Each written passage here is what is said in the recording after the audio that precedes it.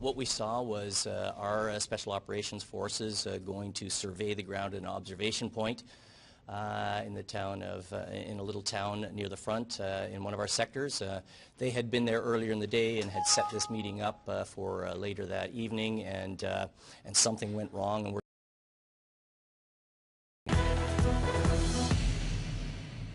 what we saw was our Special Operations Forces going to survey the ground at an observation point in the town of, in a little town near the front in one of our sectors. They had been there earlier in the day and had set this meeting up for later that evening, and something went wrong, and we're going to get to the very bottom of that. That's Canada's top soldier, Tom Lawson, explaining the confusion around the first casualty in Canada's military mission against ISIS in Iraq. The federal government and Kurdish officials are very much at odds over the events that led to the death of Sergeant Andrew Joseph Doiron in a friendly fire incident on Friday. Sergeant Doiron was 31 years old and from Moncton. He was serving with the Canadian Special Operations Regiment based in Petawawa, Ontario. Kurdish officials say Doiron and 3 fellow Canadian soldiers showed up at the front line unannounced to call in airstrikes. According to Canada's account, though, they had a prearranged rendezvous with Kurdish troops and something went wrong. So what really happened, and how does Doiron's death affect the decision on whether or not to extend the mission? Joining me now, James Bazan, the Parliamentary Secretary to the Minister of Defence. Jack Harris is the NDP Defence Critic, and Joyce Murray is the Liberal Defence Critic. Good to see you all in studio too. That's fun. James Bazan, let's start with you. Do we have any more details about how this unfolded, how close to the front lines we were, whether we had gone about the plan that was pre-established with the Kurds, or whether something had changed that would have led them to be suspicious or worried? Well, I think it's been reported already that the Canadian forces, the Special Operation members of the 4 of them, were operating within the mandate that was given to them as advise, assist, and train, and that the protocol was well established, that they'd already cleared 2 checkpoints before going up to the observation post, that the signals had been agreed upon and were used appropriately, and as they approached the observation post, which was 200 meters behind the forward line of operation of the Kurdish Peshmerga and over 2 kilometers away from where the ISIL fighters were located. They unfortunately were mistaken identity and were fired upon, and resulted in the tragedy of the shooting and death of Sergeant Doiron. And of course, I want to express my condolences, along with all parliamentarians, to his family, his friends, and his comrades. And was this a place they had been to before? This was somewhere where they went regularly and never had any trouble? This was a place that they'd been at only earlier that afternoon, that upon leaving had already discussed their return, including the appropriate signals and protocols on returning to the post that evening.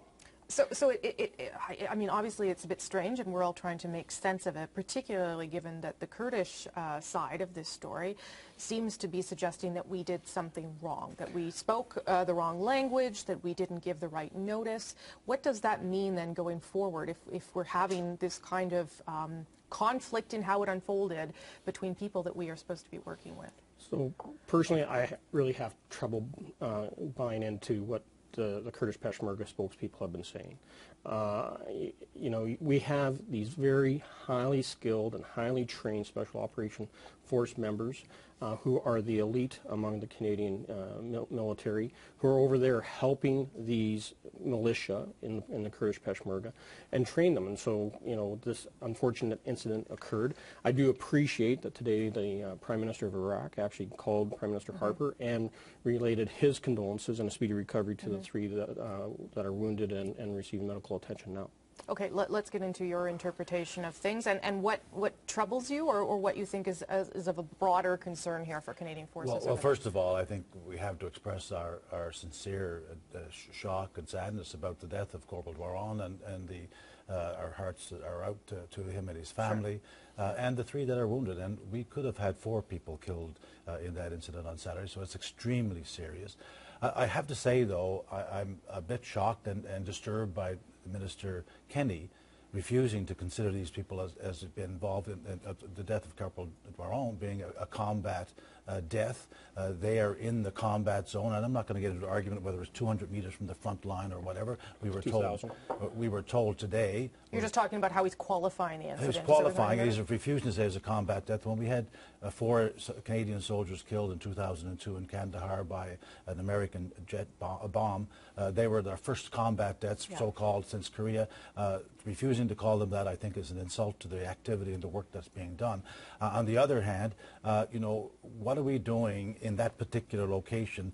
4 Canadian soldiers who are supposedly aiding and assisting and acting in concert with the Peshmerga, and they don't know who they are, where they are, and that they seem to be traveling by themselves because no one was able to say, well, yeah, we're Peshmerga too. So, like, what is going on there, and what instructions do they really have? This is at night. We're talking about a nighttime operation, so it sounds more like an operation than it does an aid and assist or training mission. And that belies what we were told and promised from the very beginning. Okay, Joyce Murray, the things that concern you here about, you know, how upfront the government is being about the mission, or how much information we're getting?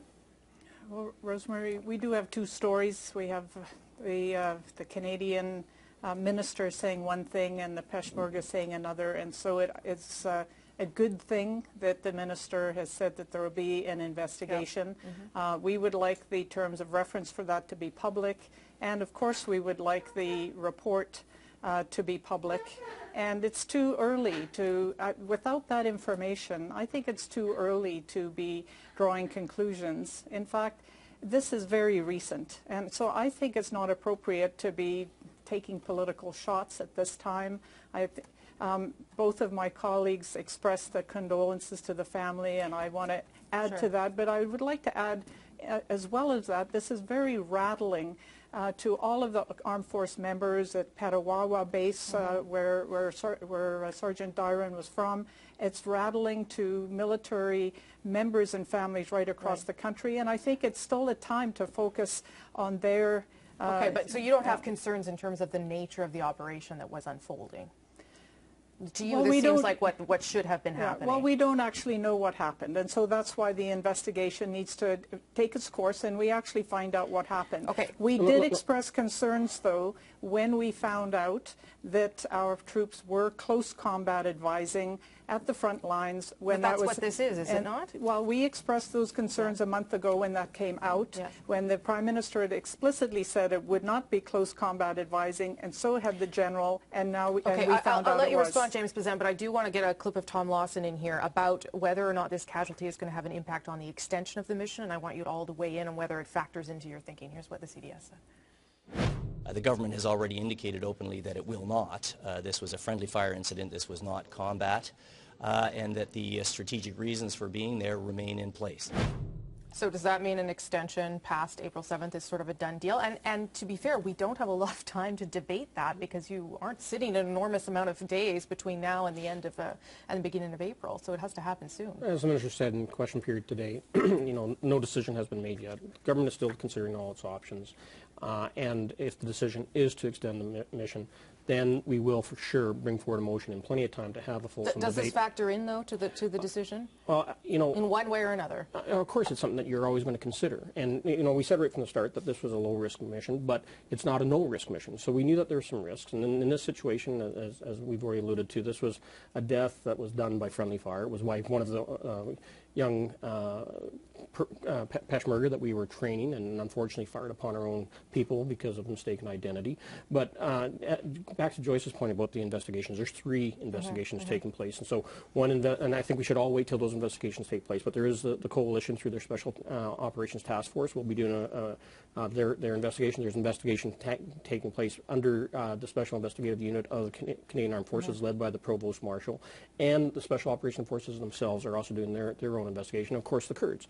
So, but would you want the conclusions of those kinds of investigations, Jack Harris, before we decide whether we're going to extend another 6 months to a year? And we don't know how quickly some of these will be brought together, but I think we'll start we'll start seeing some of those details come forward, and that will provide us with an informed decision. Jack Harris, your thoughts on the extension? Here's the dilemma. I mean, we really don't know, as Joyce said, what exactly they were doing, but we know they were there at night. That we know that as if one of the people that we're training, as James said, is actually shooting on our people, well, you got to question exactly what is the nature of this training and how effective is it, and is this the role that we should be playing in the danger zone, in the combat zone? Well, we know they were close to the front lines. Obviously, I think everyone agrees with that. Obviously they were, but we've got an assurance from the Prime Minister at the beginning of this mission that this wouldn't be happening, wouldn't be accompanying to the front line, and the only excuse for that or cover for that was General Lawson saying that the mission was evolving.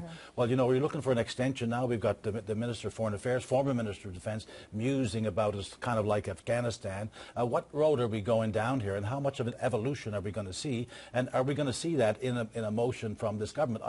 We don't trust them, frankly, because so far we've seen the so-called mission creep to where we are now, and some suggestion that we may be evolving into another Afghanistan. And I don't think Canadians want to see that. Joyce Murray, do you need more information before you agree to an extension? This is clearly a new development. We want to understand what actually happened and be able to know more detail, and then we'll be discussing that in our party along with other elements of this mission, and we'll make our decision when we see what is being proposed in the motion by the government. Just last question, when will we see a motion? Because you're off next week again, back in your constituencies, and you've got 14 days left to propose and go ahead with something. Like in the next 2 weeks? Is that fair to say? I would expect that if the decision's made, we'll see it before the end of the month.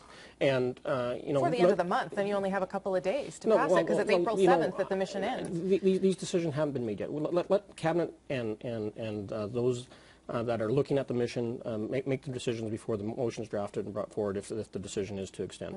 And also, let's not forget why we're there and what Sergeant Dorion believed in. He believed in counterterrorism efforts. That's one of the things he actually put in his yearbook when he was graduating from high school.